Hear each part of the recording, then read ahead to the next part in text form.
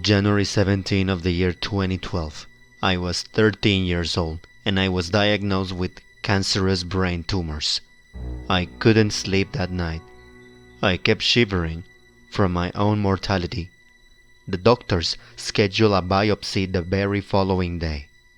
I stayed awake until 4 a.m. After that, I closed my eyes and I saw a person reaching for me as they touched me. I felt a wave of calm and relief. I felt that everything will be okay.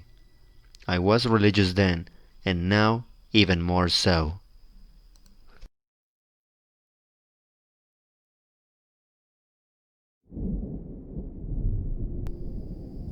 This is a true long story from me at 45 years old, sober and drug-free. I bought a house built in 1872 in a sad and outdated shape. I started working on it and I began on the second floor, stripping off 100 years of wallpaper, removing ungodly awful turquoise shag carpet, refinishing wood floors, upgrading bathrooms, new windows, etc. Despite all those modifications going on, I kept hearing footsteps on the stairs. The house was locked up tight, only me working. All houses creak, but this was the measured sound of someone climbing the stairs. I decided playing loud music on a portable stereo. What else could I do? Got done with the upstairs. I started on the downstairs area, and I didn't hear footsteps on the stairs anymore. One evening, I passed by the dining room and there is a dark shadow of someone sitting down at the table. I think a man, but mostly just a dark form. Well, yeah, it startled me, and I flipped the light on. No one was there. My high school-aged son saw it a couple of times too. We wound up leaving the light on. Same deal with renovating, strip walls, repair plaster, new windows, paint carpet and tile, upgrades, new gas locks in the fireplace, etc., etc. Huh. We get everything done. No more dark figure at the dining room table. Other than the startle factor, there was never a sense of danger. I'm winding up a 5-year do-it-yourself renovation, and to be honest, I love the old place. Well, the last place to clean up is the dungeon of a basement. Dark brick walls, concrete floor, etc. I started cleaning bricks and painting with heavy white moisture barrier paint. There were massive ductwork runs, probably from coal furnace days. I had to get a furnace, a new one of course, but the new ductwork was expensive and the installer said that the old ones were still okay to use.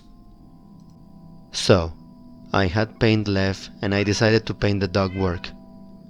Anything to lighten up the work, you know? As I was leaving the area one night, this hand reached down and brushed the top of my head. Okay, now I freaked out. Okay, so a friend of mine put me in touch with a ghost hunter and researcher who said that as I fixed the house up, the ghost was being squeezed out and condensed down from his familiar areas, so to speak, until it was solid enough to touch me. Woo-woo stuff. And I'm sort of like, what the hell is this? Sounds and shadows are one thing. Touching me is not cool. So, I was told to burn some sort of weird incense stuff in the basement. You know? INCENSE, and cleanse the rest of the house with smoke from the white sage. Maybe it worked, but I avoided the dungeon basement as much as possible. It wasn't usable space anyway, and I wasn't going to push my luck. I sold the place 4 years after that. The new owners never contacted me about anything, and I never mentioned it.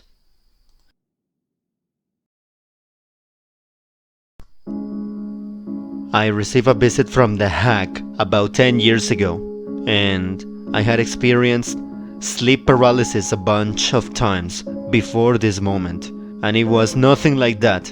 I was awake, and I sat up and I looked around. My wife was right next to me.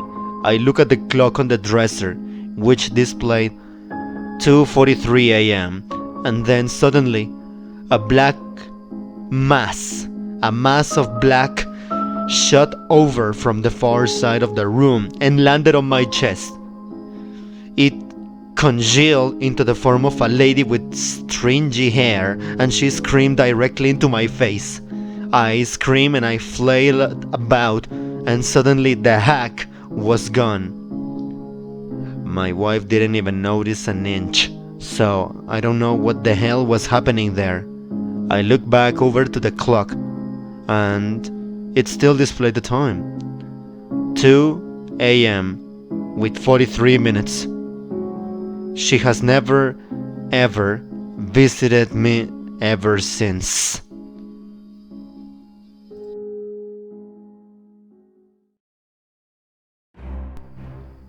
I remember being very young and having my own bedroom.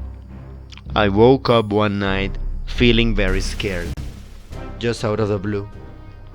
It was very dark and feeling like I am being watched. I can see the foot of my bed, and sitting in a crouch position was this dark figure I couldn't see. Its face just got this intense feeling of fear. No, I don't know how long I lay there staring at this thing, but I am quite sure it was talking, but it sounded like noise, growling almost. I eventually hid under my cover very slowly, and I went back to sleep. I never forget that. And no, we never had any pets.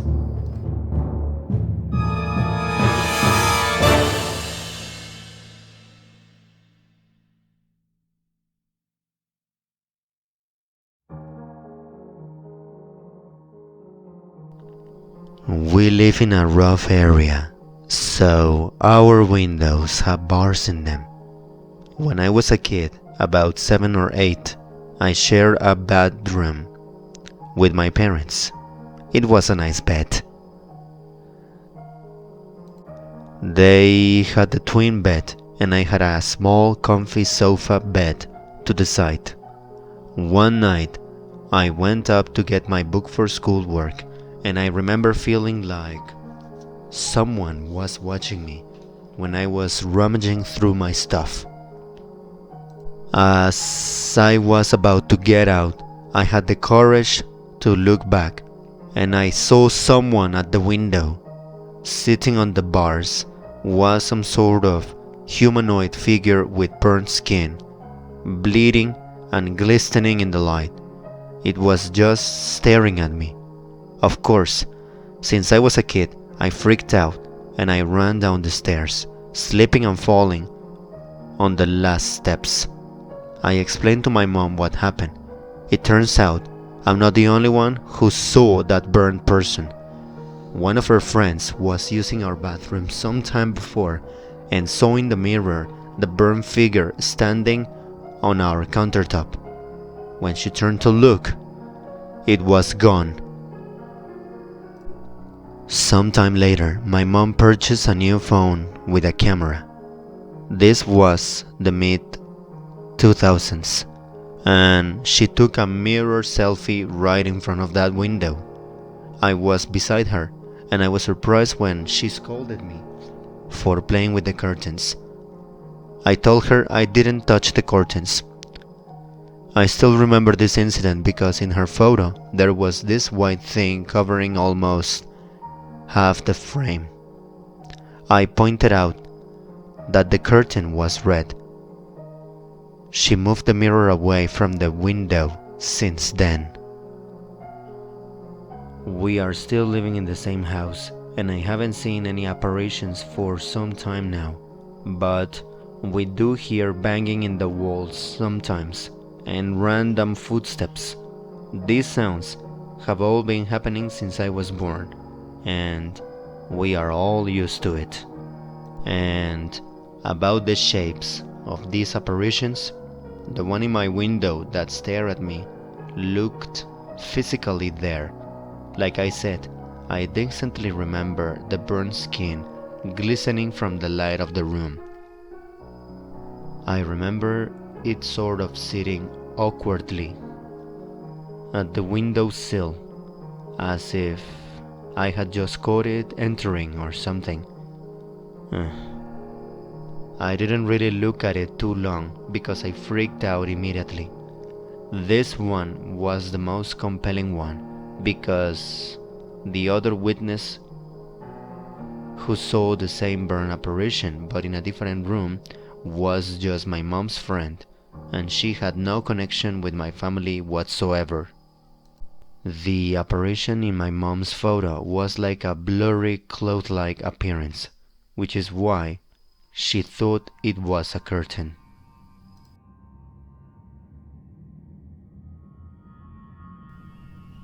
My mom says that when she was growing up, she and her siblings would hear footsteps on their stairs coming up to the second floor bedrooms, but they would be endless, like someone coming up the stairs, but never ever reaching the top.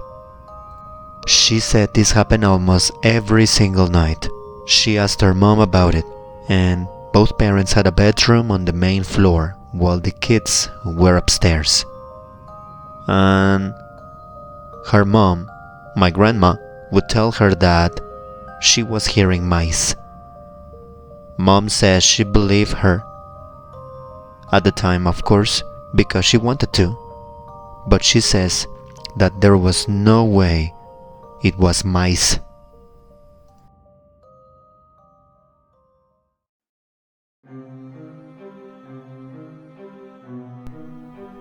My bed sheets were lifted off me. They were pulled over my shoulder. It was a sealed room. No one was in there. No breeze. I saw smoky white clouds in a bookstore that disappeared as soon as I noticed them, and I thought, huh? What was that?